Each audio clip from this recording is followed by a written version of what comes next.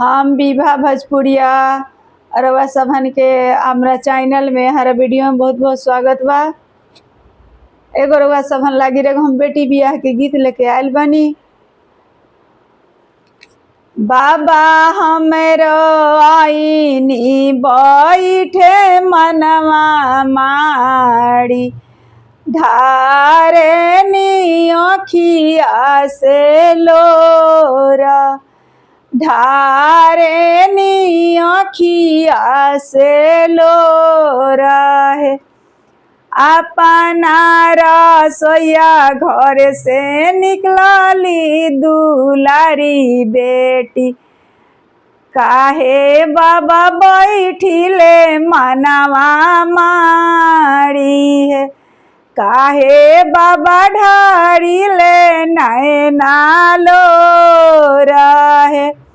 उरुबा खोजनी बेटी पुरुबा खोजानी खोजी आईनी गौआ पचास खोजी आईनी नगर 50 तोहारा जुकुताए बेटी बरो नाही मिलल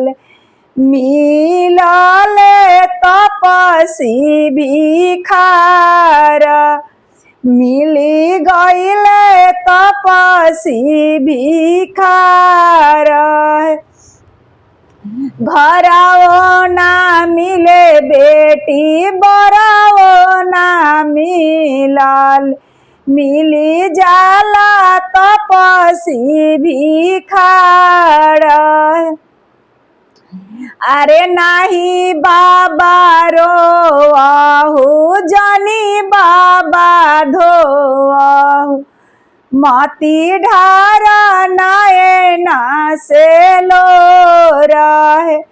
माती ढारी नैना से लोरा है। अरे रौली खलाए बाबा राजा चौपरिया हमारो लिखला जोगी साथ हमारो लिखला जोगी साथ है। दाला चाउर रहतन बाबा फेरू से खरीदी है। बारावा खरीदलो ना जाए। सब्जी दाल रहिए बाबा फेनू से की नहीं है। भागिया खरीदलो ना जा सहे भागिया खरीदलो ना जा सहे। भैया के लिखले बाबा बाबा चौपरिया हमारो लिखला जोगी साथ है। हमारो लिखला जोगी साथ है। ई तो बात सही बा कि अपना से तो बड़ी उती मुती में माई बाप बियाह करबे करेला चाहे लेकिन बेटी दब घर में जाओ लेकिन जौन हमें लिखा रही तौने होई।